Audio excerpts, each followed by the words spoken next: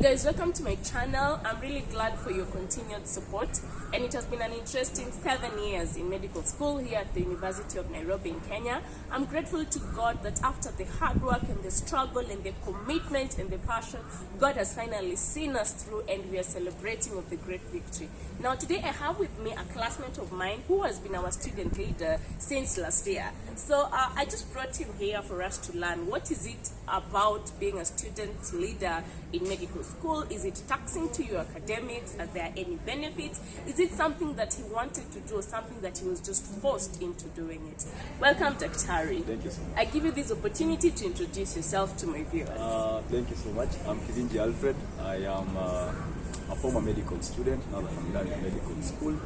I'm also the former College of Health Sciences chairperson, having been elected by the members, and for which I'm forever grateful, and I'm happy to be here. Thank you so much. Wow, thank you. So directly into it, you're a leader of ONSA, and my question to you is it something that you wanted, or is it situations and circumstances that forced you into being a leader here at medical school? Well, just to open up and say the truth, I've been a leader in every institution I've attended to. Wow.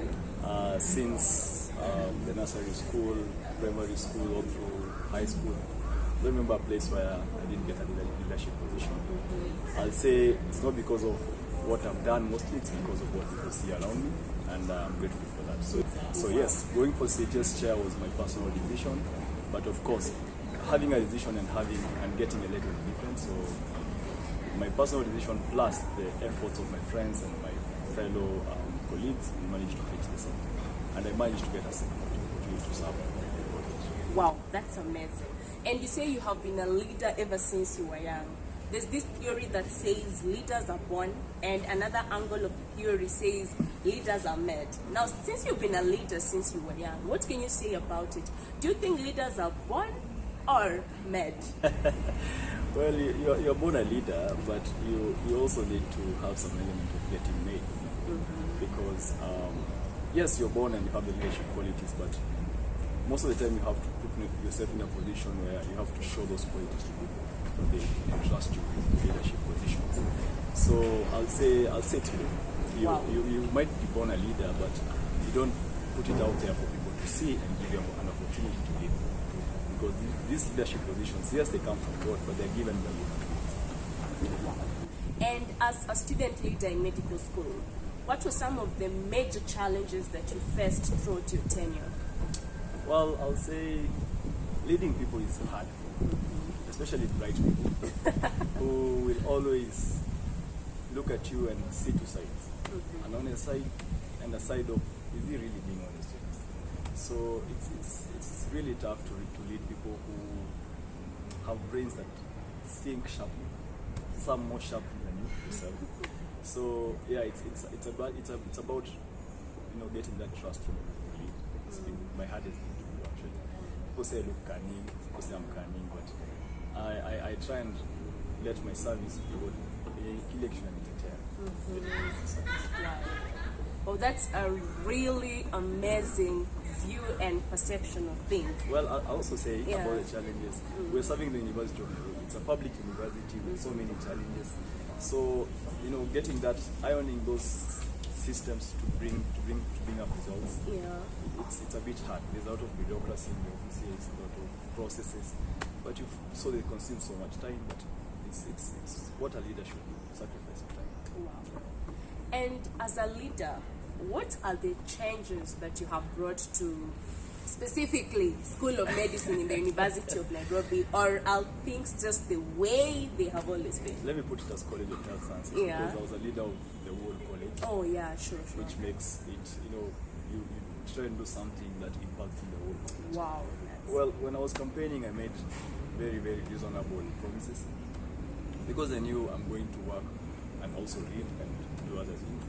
So I made very simple promises. If I remember well, and I do remember well, because it was my manifesto, I always on it. I promised trying to do something in the mental health direction. I also promised trying to, iron up and make transportation in the college easy and smooth for students. And I also promised a fitness center. let me say 60 to 70% of what I dreamt of doing, I have done. Wow. Because during my journey, I remember, not without any challenges, of course. I remember I used to receive calls every morning. There are no buses. Buses need spare parts. Buses need fuel. And it was my job to really make sure these things are done. So I can't remember the number of hours I've spent in offices trying to make sure that the buses are fueled, trying to make sure that buses are repaired, they are serviced. I mean, countless hours. About the fitness center, just a few meters from where we are seated here, there's a gym today. It has weights, it has everything a basic fitness center should have. But even the fitness center that we put up, it's helping much with people trying to relax and vent out. And by the time you go back to your room, you're a bit relaxed to start, which I believe is a step forward, and a step forward, and another step forward, and then another. But hey guys, about the fitness center, I can confirm it's not just free talk. And Alfred, one man once said, keep your friends close and your enemies even closer. As a student leader, have you been doing that? And how has it helped, if you have been? It's not wise to declare you have enemies. Wow. But yeah, there are people who I don't want to call them enemies, but people who you don't share in every idea you have. But those are the people you should listen to most, so that you can try and balance your ideas. Because nobody has monopoly of right. You might be wrong at a moment, and the person you talk as your enemy who is opposing you will be the person who has the right thing. So you always listen to everybody. And I'll never agree to ever having enemies, because I know it's one day you need 8 in everybody around you. So no enemies. Let me just say. So let's not go with that. But by not having enemies, is it also not keeping closer those you think will be enemies? Well, if you develop the art of listening and respecting people, it's very rare occasions, in very rare occasions that you have people you refer to as enemies. I can't really point out anybody I can say this. I won't say how many. Wow. So as we almost approach the end, my question to you is, as a medical student, leave alone the leadership part of it, what were some of your highlight moments in medical school? Things that you just remember, and even if you're stressed, you go laughing. Well, one thing I'll always remember about medical school is one day, it's not a very good thing, one day sweating in my exam till my lab got wet. And I come out and guys are like, what? Which paper? It was anatomy. The first ever marathon I did it.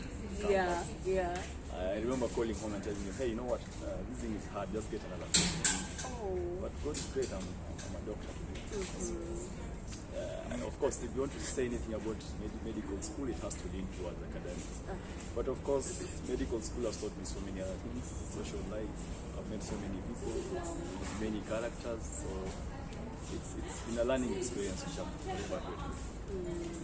And finally, as I have been in medical school, I have heard some of senior students actually advising the incoming medical students not to go for hard courses such as neurosurgery. But you see, the question is, if you don't invite these people into what you think are the technical courses and difficult courses, then who's going to call them? So what's your word to those people who are joining first year, or to the junior students in medical school? I'll tell you that we don't all like the same things. Everybody has their own preference, what they feel they can do. If, for example, I'm more into bones and orthopedics, and she's going to OBGYN or pediatrics, I mean, every course is there to be done, and every course is done by different people. So the thing is, listen to yourself, not anybody else, and push whatever you feel is right for you. Wow. Thank you so much, Alfred, for giving your time, and congratulations for performing extremely well in your exam. I wish you all the best. Thank you so much. Thank you.